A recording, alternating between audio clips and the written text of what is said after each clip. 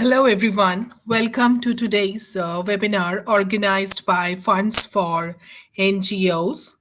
Today's topic is how to recruit the right people for different fundraising functions required in your NGO. I am Anutma and your moderator for today's webinar. Thank you all for making time to participate in this webinar. This webinar will run for 60 minutes, which include a 45 minutes of presentation, followed by a 15 minutes of Q&A session. If you have any questions, please use the Q&A option on your webinar screen to post your questions, and we will respond to them during the Q&A session. Thank you once again for joining us. Let's dive in webinar. Let's begin with webinar's objective. First objective is to help you better understand the different types of fundraising and the skill required for each function. Critically review your NGO's needs regarding fundraising. Help build a portfolio of different income streams for a balanced mix of funding by forming a fundraising team with the appropriate skill for each function. Match the right skills to the right job. The last objective is to help you to avoid making mistakes when recruiting a fundraiser. And now allow me to introduce today's trainer, Cheryl Hooper. Cheryl is an experienced development consultant and CEO of an international charity. She is an expert trainer and has provided training in capacity building to support NGOs for more than 20 years. Cheryl has a BA honors degree in sociology and a master's degree in international cooperation and humanitarian aid. She has successfully developed numerous award-winning programs and secured funding from USAID, UK Aid, Comic Relief, and several high-profile grant-making trusts and foundations with a combined value in excess of $5 million US. She has been on the judging panel for the prestigious UK Charity Times Award for the past 3 years, a published author of a guide for NGOs in youth-led peer education, and was conferred a Women of the Decade Award by the Women's Economic Forum in October 2023. Now, I kindly request Cheryl to share her screen and lead the session. Thank you.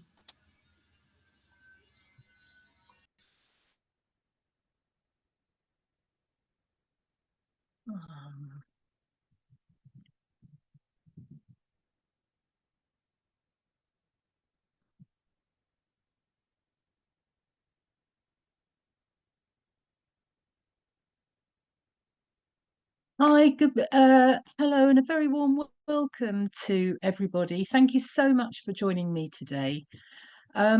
Today, I want to share my experience in putting together a fundraising team to help you recruit the right people, avoid expensive mistakes, and ensure that you're putting the right people in the right job to get the best results for your NGO. I've found over the years that when resources are stretched, NGOs combine some of the different fundraising functions to save money.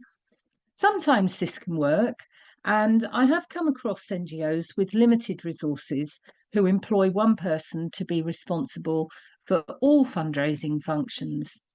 However, as we'll see during this training, the different fundraising areas require different skill sets.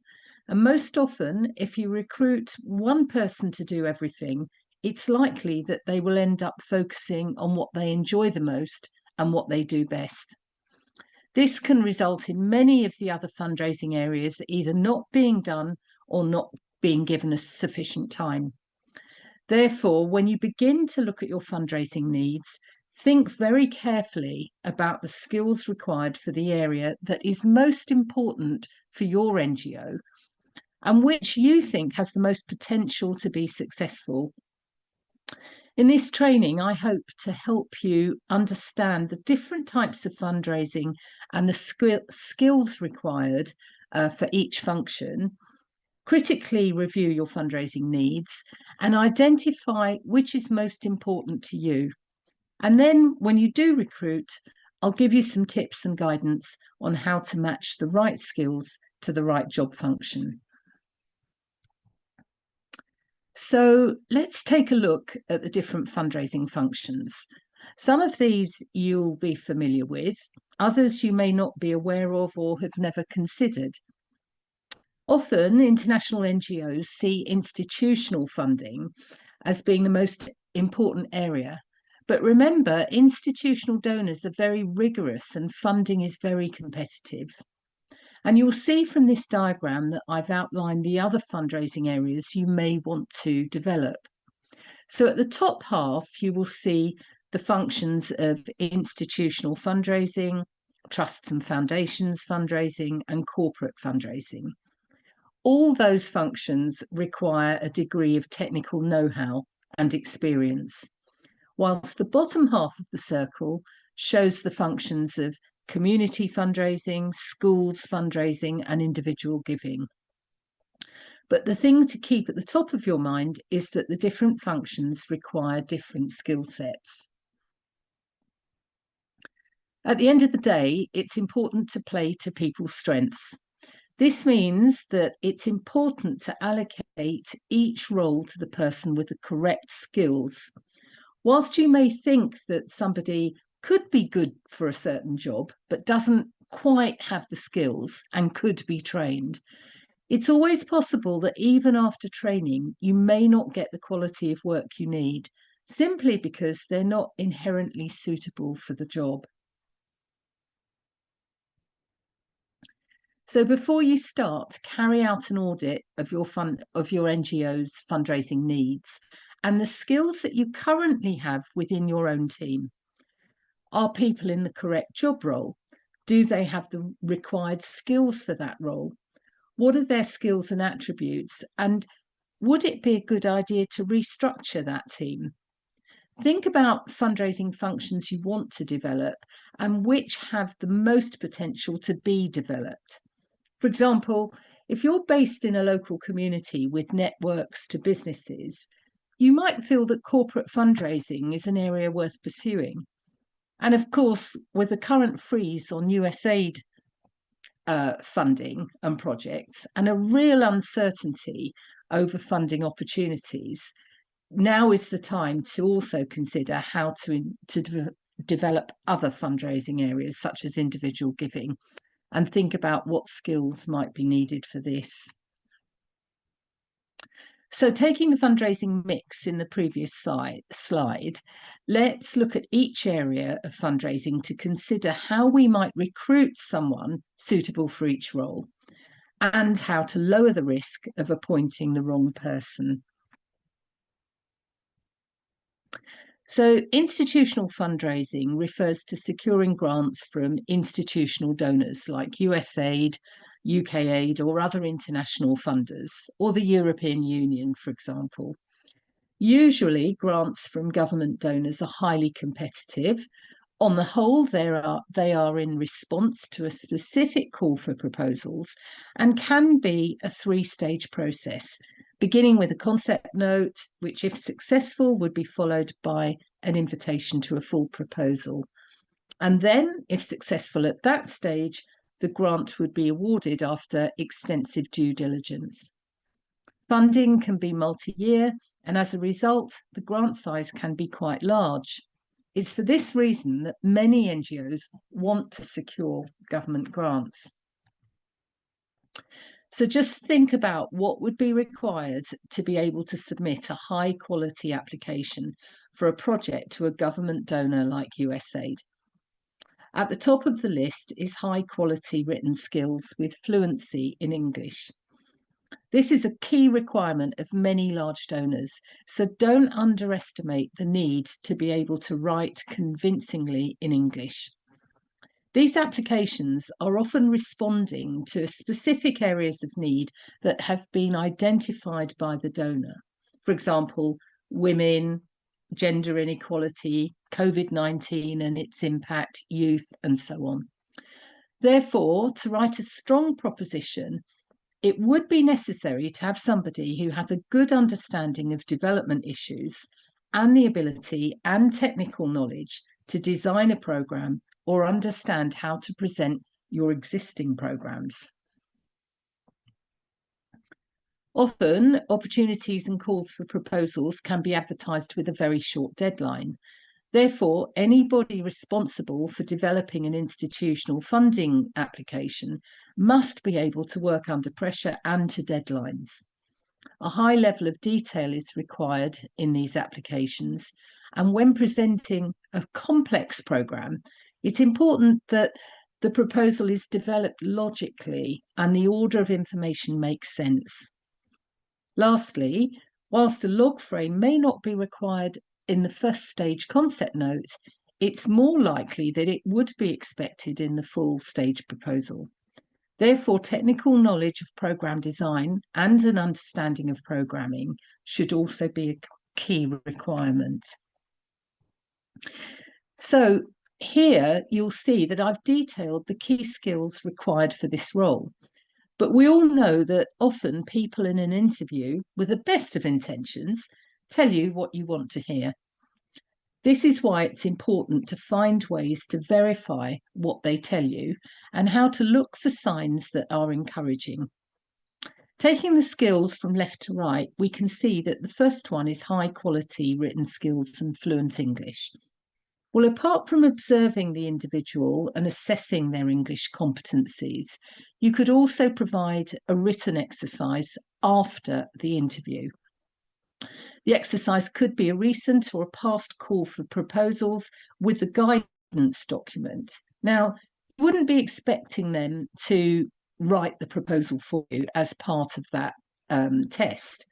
But what you would be expecting is for them to understand the guidance and to be able to explain the key important aspects to look out for in the guidance. So what you're looking for is evidence and an understanding of international development. What we mean by this is to also ask about examples of other NGOs they've worked for and examples of funding bids they've been responsible for, but to also understand how much responsibility they had, because it's very easy to say, I wrote the proposal for this, or I was involved in such and such a proposal, when in fact they had a very small role to play. So to get an idea of their knowledge and understanding of development issues, questions around the main issues the donor wants to tackle from the guidance is a good way to verify that. Writing proficiency is also necessary, and so a written exercise, in addition to the verbal one, would be a good way to verify the skills required for that job. So you'll see ability to work under pressure and to deadlines. So again, make sure that you keep to a strict time for completion of an exercise. Practical understanding of the resources required. So again, you wouldn't be expecting them to write a proposal at this stage. Of course, they wouldn't be able to do that. But what they could do is give you an idea of the kind of resources and staffing that might be required for a project. A realistic understanding of developing a budget that aligns to a work plan. So again, you could provide a budget template. You wouldn't be expecting them to fill it out, but what you could do is ask them what would be the budget headings to include. An understanding of log frames. So again, you could give them a previous log frame and ask them to just talk through it with you. And then, of course, anything that they present in writing, you need to check the format, spelling, grammar, and presentation of the written work. So the next category is trust fundraising. You'll see that trust fundraising is different to writing technical proposals to USAID, for example. Applications need to be clearly written and logical, but they don't usually require the level of technical detail that's required in an institutional funding bid. So research skills is an important function of a trust fundraiser because most often grant applications are not reactive and they're not responding to a call for proposals. But rather, the role requires the individual to actively research grant-making trusts, find out what their areas of interest are and what projects they like to fund, and then write a short request for a grant in the form of a project proposal. Often these grant makers give small amounts of money and wouldn't have sufficient funds to support an entire project. Therefore, proposals for funding might be to support just a small element of a larger scale project. Once again, private grant-making trusts have deadlines as well to work to, and so you would be looking for good time management and the ability to work under pressure and to deadlines, along with excellent written skills and high attention to detail. So let's take a look at the skills required and how to verify this when interviewing. So written exercises are always a good way to check the writing ability of a fundraiser. To check their research skills, ask them in advance to research 2 suitable funders for your NGO, and then ask them to explain their findings during the interview. As always, it's always useful to ask for examples of previous written work for you to look at. Excuse me. So you wouldn't just be asking them verbally, but you would be looking at previous examples of things that they had done.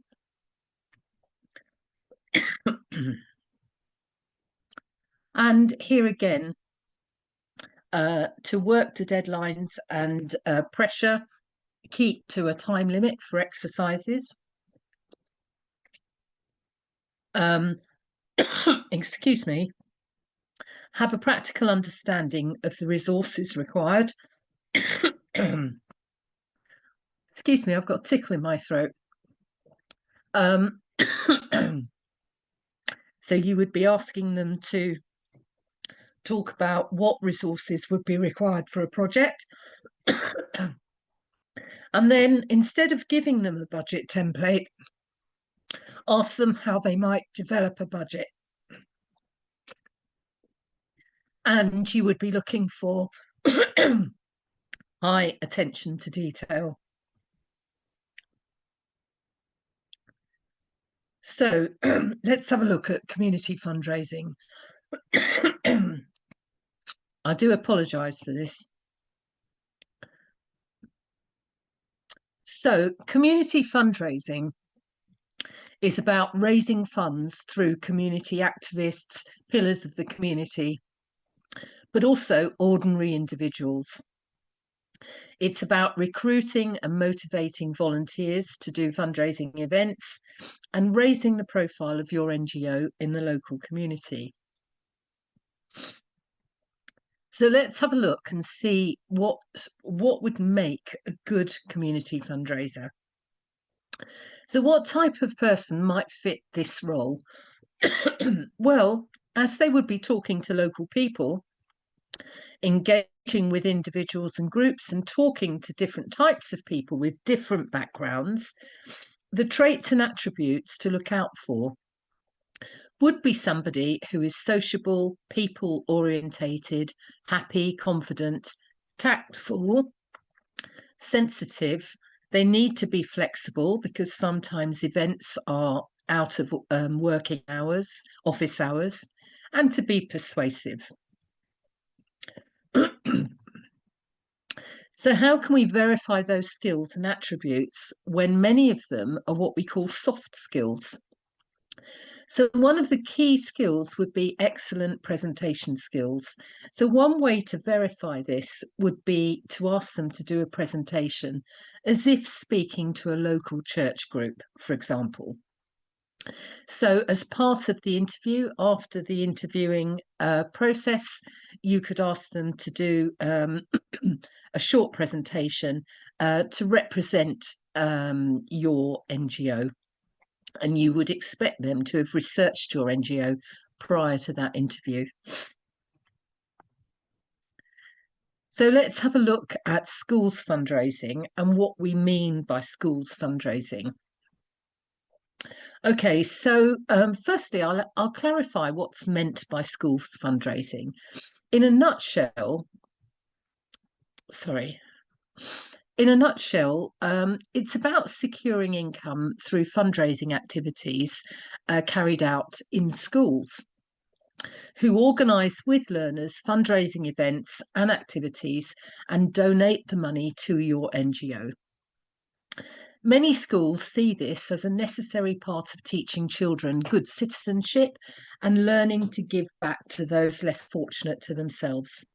And it can be a lucrative source of income for NGOs. Even if a school undertakes just one event in the year, it's still additional income to that of the traditional grant route.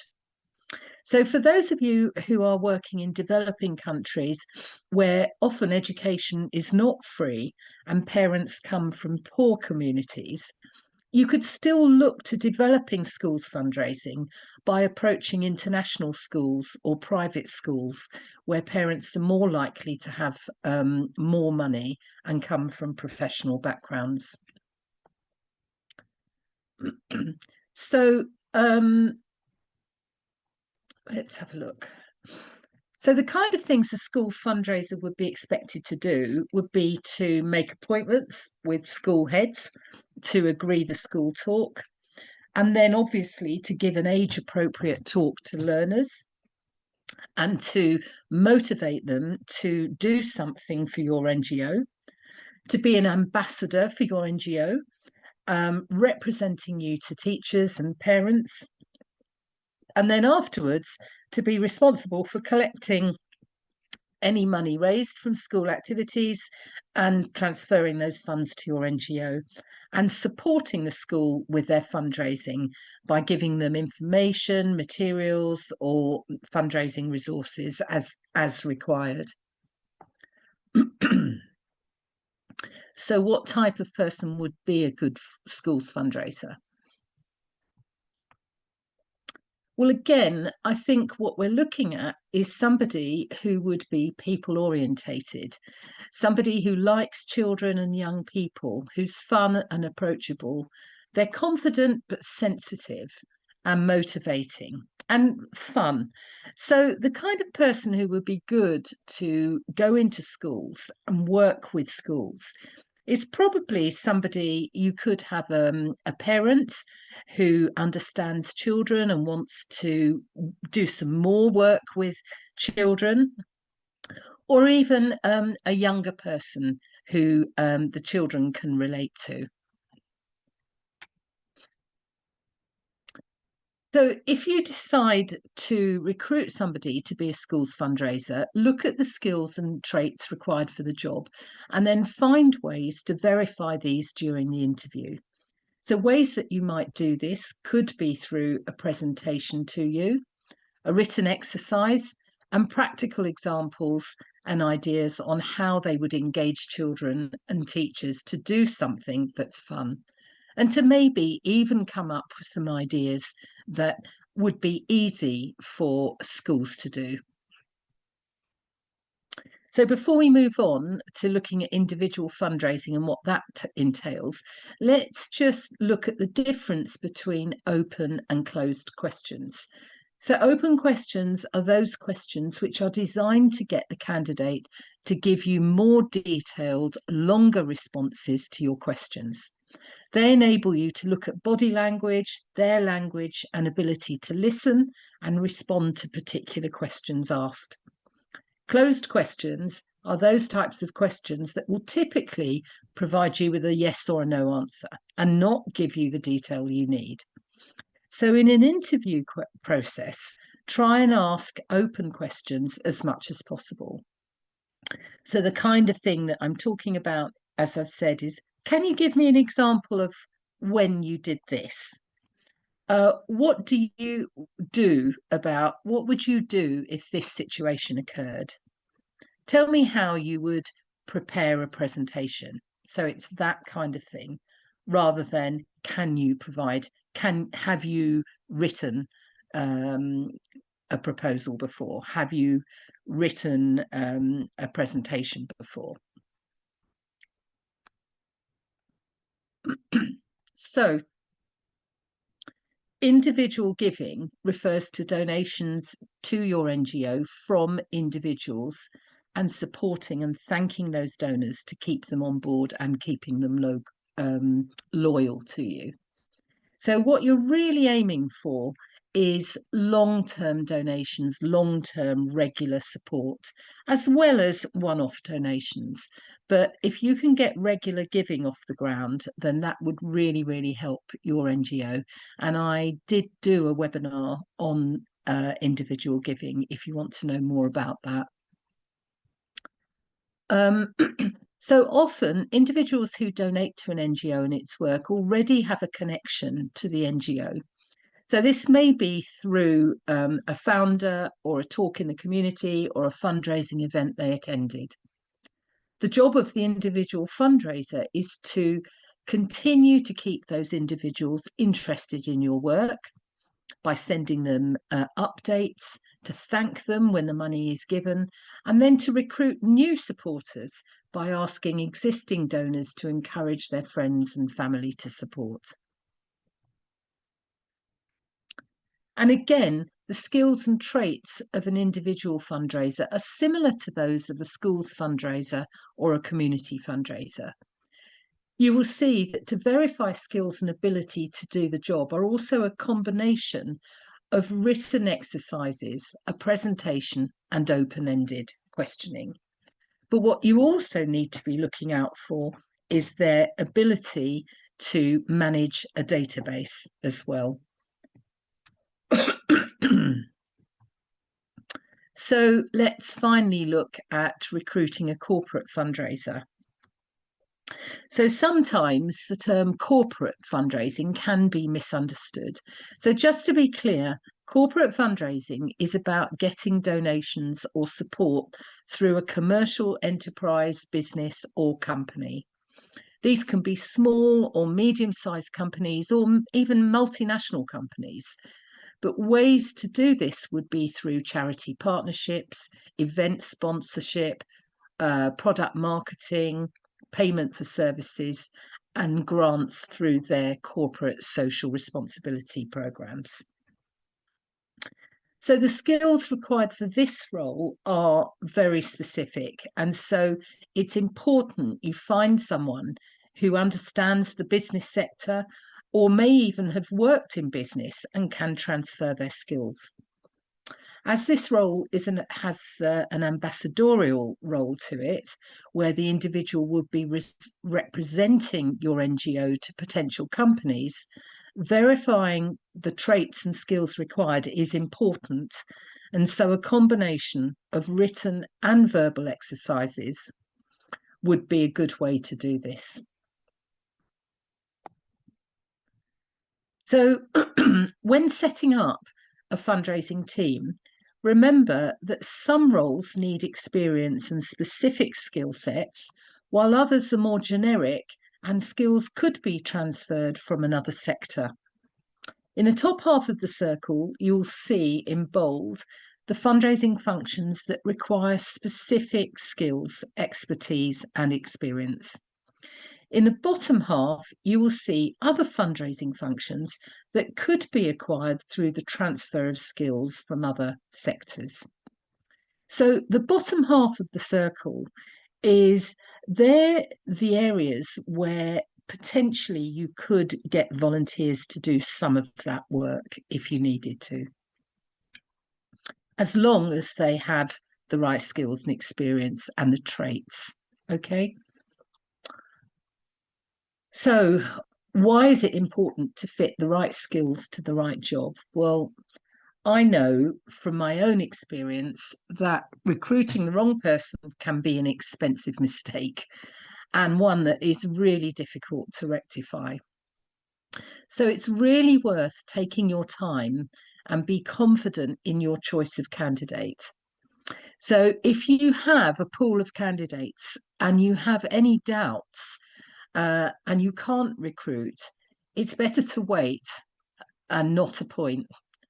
So don't appoint somebody if you have any doubts about it. It's better to think again, or do a second exercise or a second interview to double check until you are happy. And that would even be on a voluntary basis.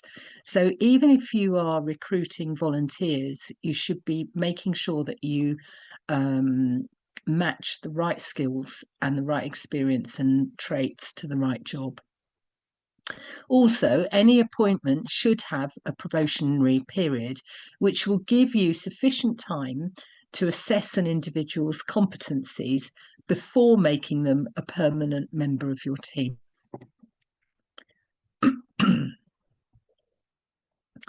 So when you're setting up your fundraising team, some of the questions that would be useful to ask are, first of all, what's the most important function in the fundraising mix for your NGO? So think about all the different roles and the different areas of fundraising, and bear in mind the recent developments of USAID and the freeze of what's going on there. We all know how uncertain that institutional grant landscape is. So it may make you rethink your fundraising mix and think, where do we need to put the most effort in? So then look at every function in the fundraising mix. Which ones are really necessary and which ones are not so necessary? And that again will help you to begin to clarify the areas that you really want to focus on.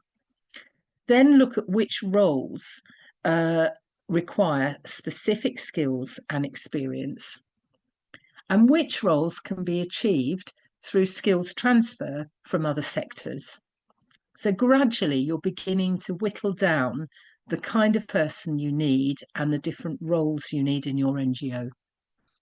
Which roles are best as paid employees, and which roles might be done by volunteers, even if it's for a short period before you have the funding to start paying salaries. But also, what skills are already in your NGO? So you may be looking at program staff, for example, and you may think, well, actually, our program staff are really knowledgeable, but none of them are involved in writing grant proposals at the moment. So maybe this is an area where you think, is it worth upskilling them or giving them an opportunity and restructuring the way you work? So I'm just putting those things out there for you to really kind of think about things in a different way when it comes to developing your fundraising. So just to summarize, be thorough and diligent when recruiting a new team member. So when you're recruiting a new team member, it's not just about having the right skills, the experience and the expertise. You're also looking for the soft skills and the traits that would fit in with your existing team at your NGO. You want, especially if you're a small NGO, it's even more important that you have somebody who fits with the right personality and can fit and support the team that you have. So you don't really want a curved ball coming in and upsetting the apple cart. So it's really worth thinking about that. Different fundraising functions require different skill sets. So really understand the different skill sets required for the different fundraising roles. The roles of institutional fundraising, trusts and foundations, corporate fundraising require specific skills and experience. So quite often people think that volunteers can do these roles, and I would question that unless they have actually proven that they've got the skills that you're looking for. Community fundraising, schools fundraising and individual giving can be achieved through transferring skills from other sectors. So these are other ways that you can start looking at bringing people into your NGO who may not be working in other NGOs or international development. So verify skills through a test and a presentation if appropriate. Make sure you take up references.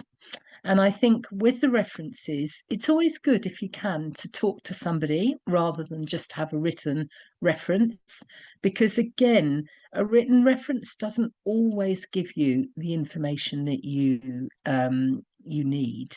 So I would think if you are able to speak to somebody, then I think that's a good way of verifying somebody. Always build in a probation period, and that's for both people really. It's to allow the job holder to make sure that they are happy and gives them a chance to settle in and see if it's the right thing for them, and also for you that it's the right fit for your NGO. Make sure there is a thorough induction, and that's really important, that whoever you recruit, whether it's a volunteer or a paid employee, that they have a thorough induction, and in some ways may even shadow somebody for a few days to really understand the job that they're doing. Have a clear job description and a person specification. So they are two different things. The job description tells you what the job is all about and the tasks and the responsibilities and the reporting lines and things like that. The person specification is about the skills required to do that job. So it's the skills and the experience required to do that job. And some person specifications, you will have essential skills, and some you will have desirable. So, it may be essential to have database management as part of a skill for an individual fundraising, but it may not be. It may just be desirable to have a background in international development. And as I said before, personality and a good fit with the culture and your team in a small NGO is just as important as good skills and experience. And so just one last thing is that when you are recruiting somebody, it's really important and useful to find out what somebody can't do as much as what they can do. And I think that is really quite revealing.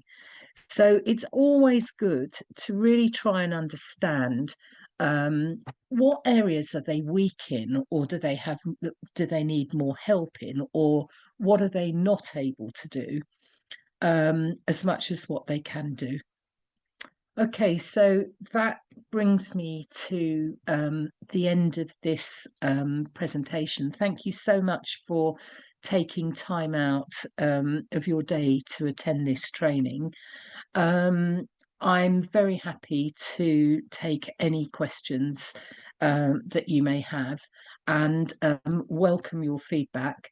And for those of you who have contacted me with comments, I can't thank you enough. It's very motivating to hear from you.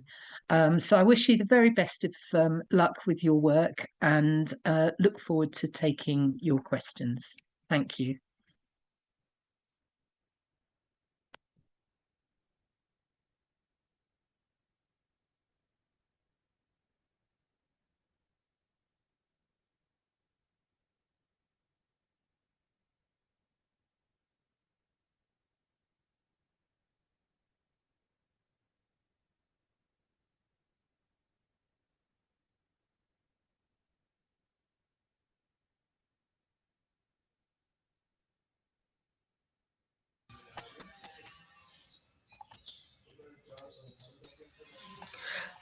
Thank you, Cheryl, for your presentation. Participants, now we are taking questions. The first question is How could someone request for a grant in the world of people who don't normally respond to our applications and proposals so better one could do it? Many grant makers don't respond with it's very rare to get feedback from donors. In my experience, you hardly ever hear from a donor to say why you weren't successful. The areas where sometimes they do give you feedback are like with an EU proposal, um, and sometimes I think with UK aid I've had feedback. So what will happen is they mark you on your application a bit like an exam. So different sections of your proposal will be given different marks, and you have to reach a certain level to move on to the next stage. And if you get to the next stage and you are unsuccessful, um, for those big grants, those donors have provided feedback and they will explain why or which areas, but quite often the feedback is very general. So it's very, very rare to get feedback on your own proposal. If you get feedback from a donor, it's usually just a generic, proposals were too general, or there wasn't enough explanation about the need for the project, but it's not necessarily directed at your particular application. And that's because many of these donors are inundated with grant applications. So I think you need to question first of all, you need to look at your own grant applications and critically analyze them yourself. So I think, there's a lot to be said to learn from your own mistakes and to draw out the areas that you feel could have been improved upon. So what I would say is that where you've submitted some grant applications, I think it's worth carrying out a little mini workshop and to review that grant application or a few grant applications against the original call for proposals or the guidelines, and to look at it again in fresh light. Because sometimes I think when you step back from it and then you go back and you look at it again, you will always see areas that you think, oh, I could have definitely written that better, or I didn't explain this enough, or I should have put this in. I can go back to proposals that I've written that have been successful, and I can still see areas for improvement. So I think it's always worth you looking back and trying to learn from your own mistakes. So that would be one thing I would say. The second thing is to think about who was writing those grant proposals. So if you think back to what I was saying at the beginning of this training, matching the right skills for the right job and understanding the skills required to undertake certain tasks. So when you're looking at grants and you're looking at grant writing, it depends. Was it a technical proposal? Was it a private grant making trust where it's a less, just a sort of shorter, more general proposal? You need to look at the skills required for those two roles and think, well, who wrote that? Do they have the right skills? Are they in the right job? And then look at it again and think, maybe we need to review who is actually doing the applications in our NGO, and are there ways that we can improve our chances.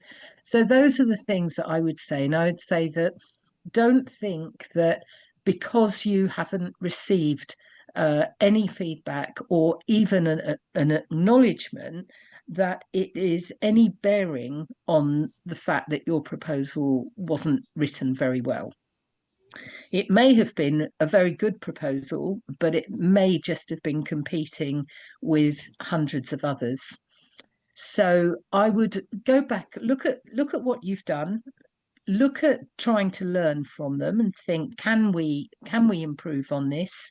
Which areas do we think have been written well and which could be improved upon? And then look at the person who wrote them and the skills required for that role. Thank you, Anu. Thank you, Cheryl, for your input. This question, I don't know what the user is trying to say. Thank you, Cheryl, but it seems that your presentation relates to more UK-based NGOs, and we are in Indonesia, and many of the audience are maybe also in less developed countries like in our remote East Bali village. Parents of school children do not have skills or access. Yeah. Only this is they have written. I don't know what they are trying to say, but I think they are worried about their less developed countries. Yes. Yes. And I completely understand that. And that's why I said, when you're looking at the different fundraising functions, I wasn't looking at a UK base, but I'm using the experience of UK NGOs and what works in fundraising to get international NGOs and those small NGOs to think more strategically about their fundraising and to become more sophisticated in thinking about how to develop income for your NGO. So when I talk about schools fundraising, and I did say in that presentation that for those of you who are working in developing countries where you're working in poor communities, parents are too poor to support the school or to support your NGO. Of course they are. I work in those countries too. I understand that. But what I'm saying is that there are international schools and there are private schools as well. And I think that might be difficult for NGOs working in very rural areas, because the chances are that you won't have private schools or international schools in rural areas. And so you may have to go outside of your area to try and recruit support from those schools. But those schools do exist. There are international schools and there are private schools. And those schools usually have parents who are wealthier, they're professionals, and the schools usually have an ethos of understanding the importance of giving back. So my advice would be to, if you're in an area where it's very I would say if you're in a rural area, then the chances are you don't have any of those schools near you. But what would be good is for you to try and find out where are the international schools, and see if you can make contact with those schools to see if it's a possibility for those schools to work with your NGO or to support the work of your NGO in that way. So that's the way I would do it. So as I said, it's very much to try and get small and medium NGOs who are in developing countries think differently about income generation and to really adopt a bit more of a strategic and a bit more sophistication around their income generation, and to not think that it's impossible. It is possible, but it requires a lot of work. Thank you, All Anu. right. Thank you, Cheryl, for your input for this question. The next question is often fundraisers want to be paid upfront before they start a fundraising activity for an organization. Is that proper? Or what if fundraising wasn't successful? Can you ask to be paid back? Well, first of all, I have never come across a fundraiser who asks to be paid up front in advance. I think that is highly unusual unless you are, working with somebody, a consultant or somebody, and you are paying them a retainer, for example. So what you're doing is you're retaining their services, and for that there is a fee that you have agreed with that person. But you would not be expected to be paying somebody in advance before they do any work. So if you are doing, if you have a retainer with a consultant or an individual, and they are going to carry out fundraising for you, then you would pay them at the end of the month. So they would be paid at the end of the month. And that's the way, so it would always be paid in arrears. So I wouldn't go ahead and pay anybody who is asking for payment up front. And then also in terms of like commission or anything like that, again, that is highly questionable. Anybody who says, I'll do your grant writing for you and I'll have a commission on the grant, it's highly questionable. I mean, professional fundraisers would not act in that way. It's not ethical, because what you would have to do is you would have to tell the grant maker that some of that grant is going on supporting the person who wrote it. So, and not going on the project. So I wouldn't do that either. So I think you should really think about that and be very careful. And as I said, to make sure that you're not employing the wrong person, you need to do the verifications that I have said in this webinar, where you are looking for the skills and the experience and the traits required for the different fundraising functions. So I hope that clears that up for you. Excuse me. Thank you, Cheryl, for your input. The next question is, can you really clarify me the difference between induction and probation, and how long is it appropriate to conduct induction as far as grant writing is concerned? Okay, I think that's a good question. So an induction, an induction is really about settling your new person into the role that they're taking on. So it's giving them information about, so if it's, say, for example, it was a grant writer. So the induction for the grant writer would be getting them information about your projects and your programs, giving them budgets so that they understand how much things cost or what the budget is for certain projects,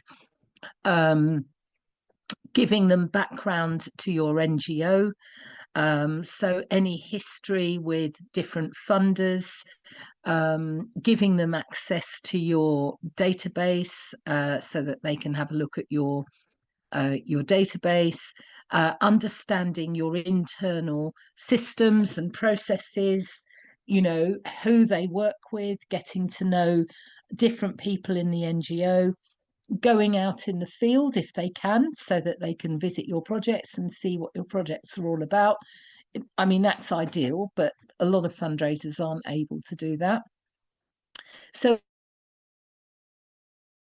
it's about putting in place all the things to enable that person to start working, so that they have all the information they need to hand in terms of getting on with the job. And I think the induction period, it depends on what the role is and what you want to do. But I would say a week is probably a good enough time for an induction period. So during that time, when I've carried out an induction for a new member of staff, what I would do is I would set up meetings with that new member of staff and other people in the NGO, so that new person can understand what everyone else in the NGO is doing. So they have, a morning with different functions. They might, observe somebody for an hour, or they might go and talk to somebody in finance or something like that. So it gives them a chance to get to know other people in the NGO and to understand all the different functions. So I would do that as part of an induction. Then another thing that I would do as part of an induction is maybe have a sort of strategy day or a strategy workshop or something like that. And I'd pull everyone in together and I would just remind everybody about what our programs are all about, what we're trying to do. This is where we are with our programming, that kind of thing. So that gives the new person a chance to understand what the programs and the projects are. Maybe talk to them about the fundraising and the target, any projects that you want to develop, that kind of thing, and giving them information, access to information about your NGO. So what you're doing is you're setting them up to get on with the role. So after a week, they should be pretty confident and be able to start working properly. Whereas a probationary period is basically a period of time to test how that person is doing. So what you do is you'll have like an agreement or a contract, and you'll say, I normally do 3-month probationary, sometimes 6 months, depending on the job. And what it does is they start work and they just carry on and do what they do. And after 3 months or 6 months, whenever it's the end of the probationary period, you do a review with them and you look at their work and you look at their outputs and you give them a chance to talk about how they've enjoyed the job, if they've got any challenges, if there's any questions that they have. And it gives you the chance to also acknowledge that they've settled in and that they're doing well, or to point out where you find they're struggling. But it gives you a chance at the end of that probationary period, if you think this person isn't really working out the way we need them to, they're falling short in certain areas, it gives you a chance to extend that probationary period, or to say, I don't think this is working out and I think we need to just end it. So that's the difference. The induction is about giving people information and support and everything they need to start work. And it's up to you how long you could take. I think a day is probably not enough. I normally do a week. And then your probationary period is a longer period of time for you as a manager to check that they are working okay and to the quality that you need.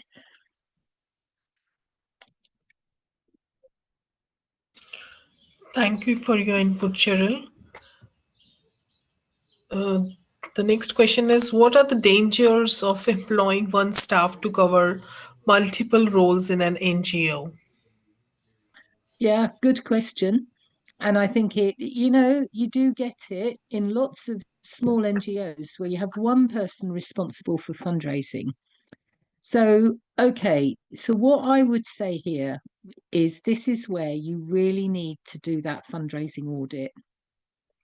So you need to, if you've got, there's nothing wrong with somebody doing more than one fundraising role, uh, function, but what you've got to really look at is the amount of time they have and what you want them to do, and to be realistic about it, because it would be totally unrealistic to have one person to do absolutely all functions, all fundraising roles, because what they'll do is they'll end up not really doing any of them that well, and or they'll focus on one area and everything else will kind of take a back seat. So I think it's worth looking at the areas that you feel are important. So you may think grants are really important, so we really want to focus on grants. But then you might also think, but we also want community fundraising. We want our churches and our schools and our local community to work with us as well. So you think, okay, let's just divide the time up.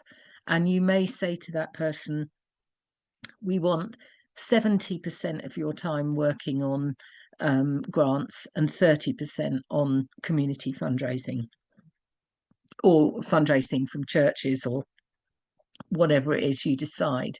But I think that it would be helpful to look at the different roles and then allocate, sort of really think about, well, which area do we want to focus on?